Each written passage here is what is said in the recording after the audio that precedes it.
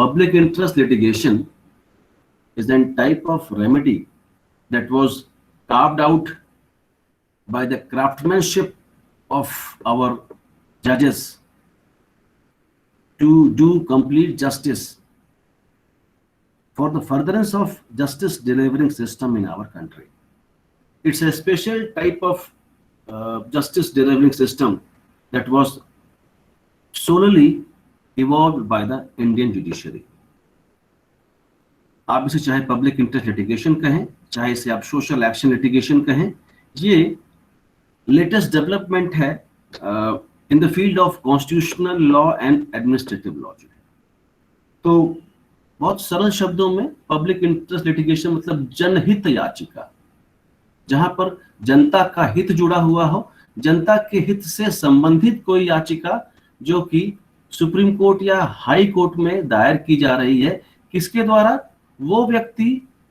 भले ही उस व्यक्ति के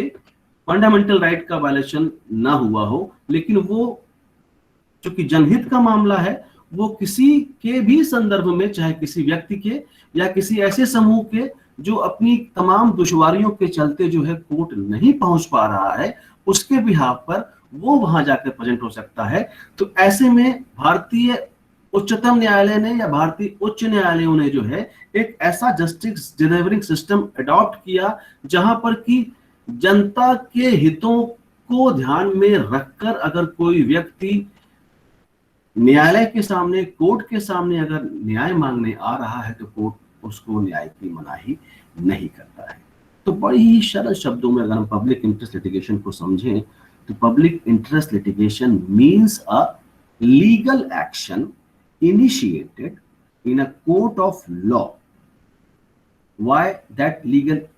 action initiated? That legal action initiated in a court of law for the enforcement of public interest या general interest in which the public or a class of the community have pecuniary interest or some interest by which their legal rights or liabilities are affected. Public interest litigation को भारतीय संदर्भ में समझने के लिए हमें मुंबई कामगार सभा वर्सेस अब्दुल भाई का केस था, AIR 1976, सुप्रीम कोर्ट 1455, जहां पर जस्टिस कृष्णा अय्यर साहब ने बिना नाम लिए हुए पब्लिक इंटरेस्ट लिटिगेशन का,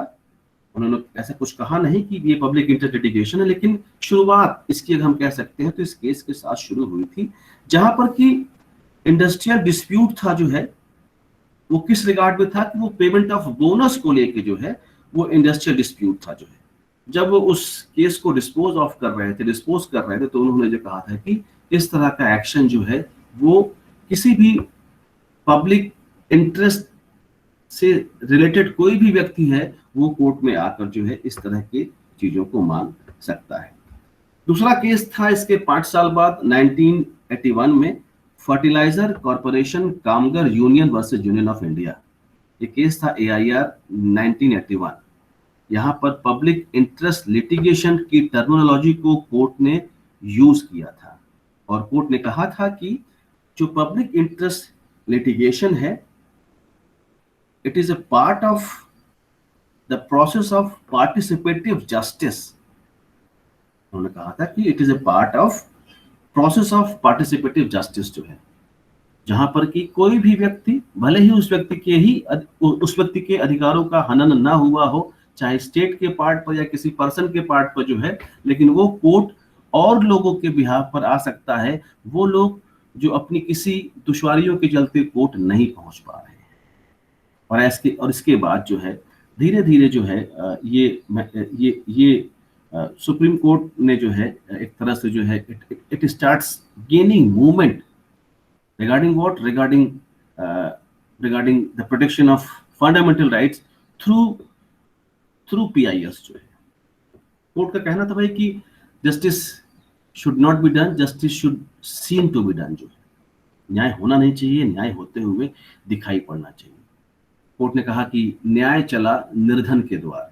जो नहीं कोर्ट पहुंच पा रहे हैं, तो कोर्ट उनके यहाँ चल के जा रहा है, उनके डोर स्टेप पर कोर्ट जो है उन्हें न्याय देने जा रहा है। तो ये मतलब कि ये एक तरह से जो है एक नई शुरुआत थी। इंडियन जुडिशरी ने जैसे जैसे पब्लिक इंटरेस्ट लिटिगेशन को जो है अलाउ किया, साथ ही साथ हमारी इंडियन जुडिशरी ने जो है आर्टिकल 21 में फंडामेंटल राइट टू लाइफ और पर्सनल लिबर्टी के डिफिनेशन को और एक्सपेंशन दिया, और बहुत सारे राइट्स को जो है, चाहे वो कंपनसेटरी ज्यूरिस्प्रूडेंस का मामला रहा हो, चाहे हमारी बेसिक एमिनिटीज ऑफ लाइफ को लेकर जो है स्टेट को रिस्पॉन्सिबल बनाने की बात रही हो, सुप्रीम कोर्ट ने बहुत सारी पीआईएल्स को अलाउ किया, और अलाउ करने के बाद कोर्ट ने कहा जो है कि हाँ, ये पब्लिक क्या कहते हैं, ये ऐसे मामले हैं जो जनहित के साथ जुड़े हुए हैं। भले ही ये उनके लिए भी लोग यहाँ पर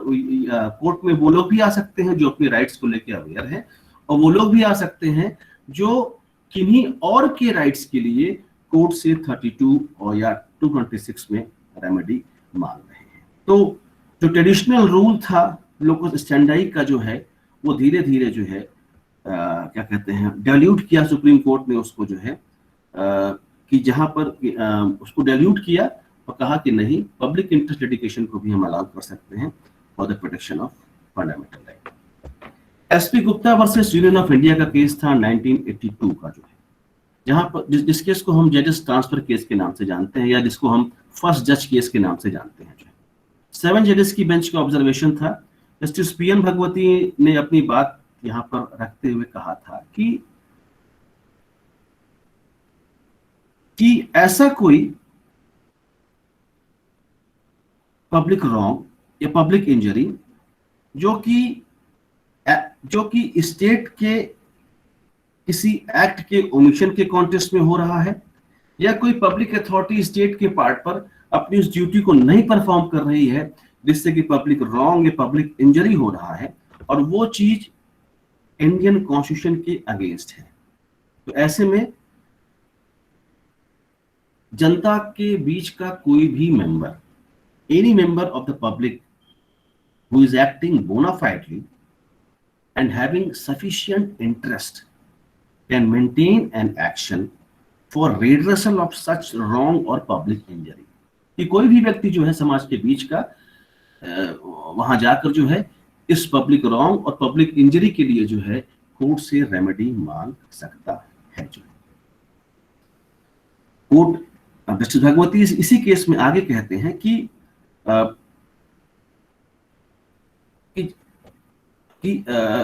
ये कोर्ट की भी ड्यूटी है कि अगर कोई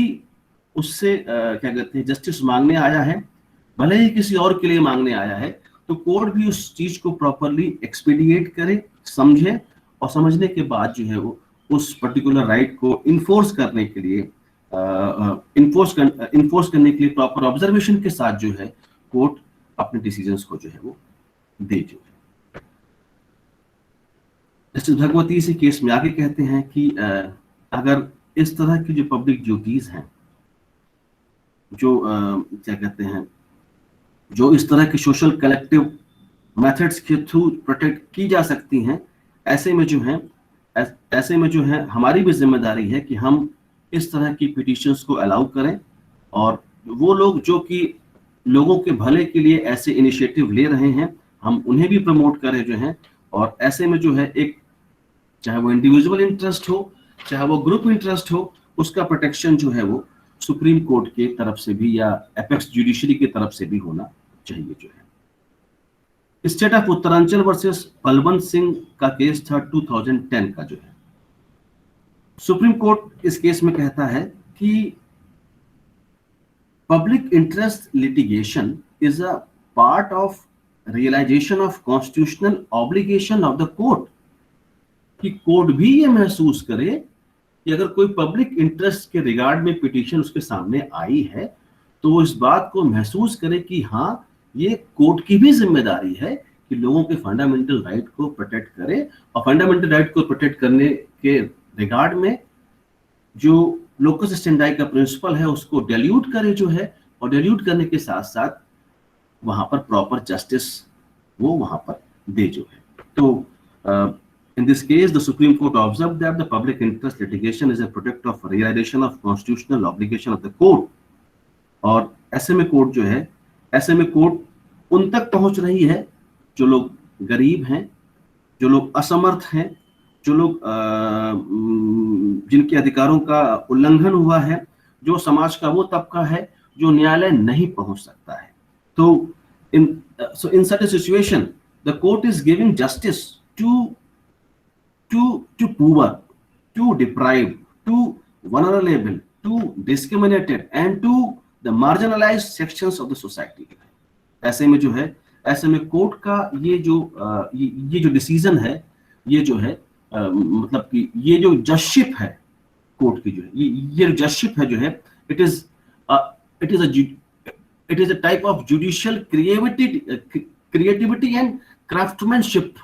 of our judges जो है. ऐसे में जो है वो लोग जो कि बहुत ही एक्सट्रीम पॉवर्टी में रह रहे हैं, समाज का वो तबका जो है जो कोर्ट तक नहीं पहुंच सकता है, जिसे फंडामेंटल क्या, जिसे राइट के बारे में ही नहीं पता है, उनके राइट्स को प्रोटेक्ट करने के लिए, प्रिजर्व करने के लिए, समाज के उस मार्जिनलाइज सेक्शन ऑफ मार्जिनलाइज लोगों को प्रोटेक्ट करने के लिए ये कोर्ट की जिम्मेदारी बनती है कि कोर्ट इस तरह के जुडिशियल इनोवेशन के थ्रू जो है अपनी क्रिएटिविटी को फर्दर आउट करे और लोगों के राइट्स को जो है वो प्रोटेक्ट करे जो है. अगर हम इस तरह के जुडिशियल डिसीजंस की बेसिस पर जो है, जो कि पब्लिक इंटरेस्ट लिटिगेशन के रिगार्ड में रहे या पब्लिक इंटरेस्ट लिटिगेशन का जो डेवलपमेंट रहा, उसकी बेसिस पर अगर इन चीजों को हम जो है अगर क्या कहते हैं समझें जो है, तो पब्लिक इंटरेस्ट लिटिगेशन को हम कुछ शब्दों में, कुछ लाइंस में समराइज कर सकते हैं. We can write down it जो है, इसे हम लिख भी सकते हैं. तो नंबर 1 कि the question of locus standi would not be material and the court would allow litigation in public interest if it is found that the consent action is violative of any right as given in part 3rd of the Constitution and relief is asked या relief is sought for its enforcement. Number 1 हो गया. Number 2 कि चाहे कोई व्यक्ति या कुछ लोग, that the person or a group of persons, those who were approaching the court in public interest for redressal of public injury that is arised due to the violation of public duty or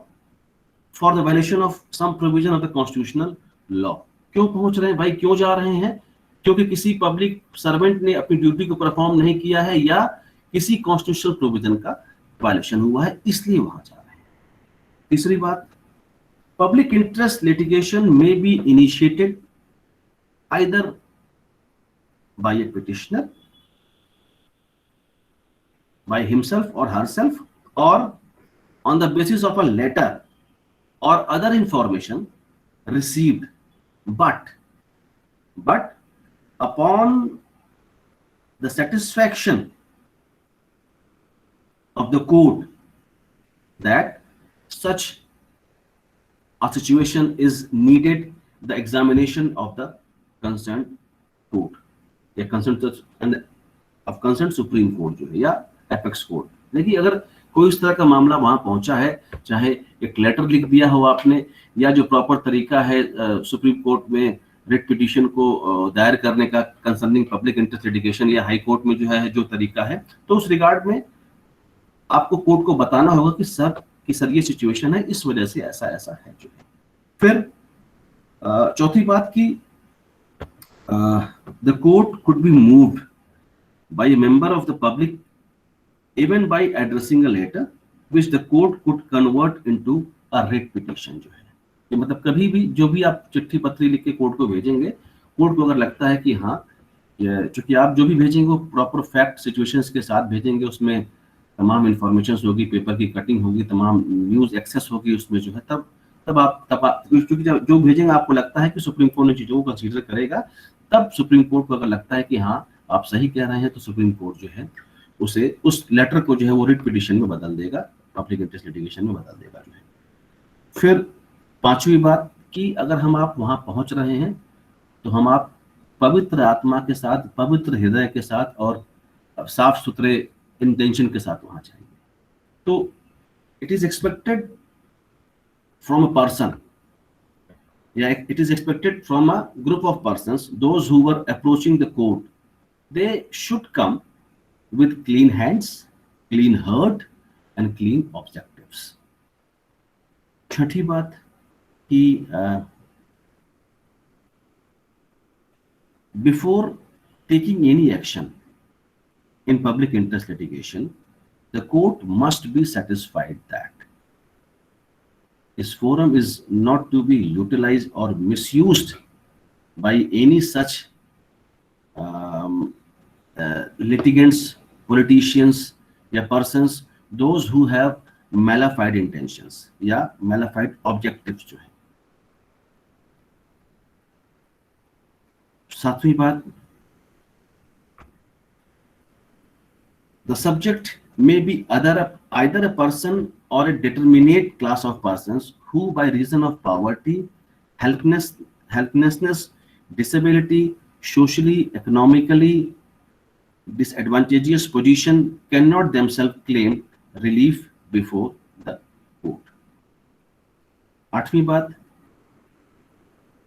any member of the public can maintain application for appropriate direction on behalf of such person or class of persons. नौवीं बात, the high court can be moved for infraction of any right, चाहे वो fundamental हो या legal हो, तो supreme court can be moved for the violation of the fundamental rights only, यानी कि सिर्फ और सिर्फ फंडामेंटल राइट्स के रिगार्ड में सुप्रीम कोर्ट आप जा सकते हैं। दसवीं बात, the court can issue any direction और writ for the redressal of grievances जो है। This is all about your relationship between 32 and 226. This is all about your public interest litigation जो है।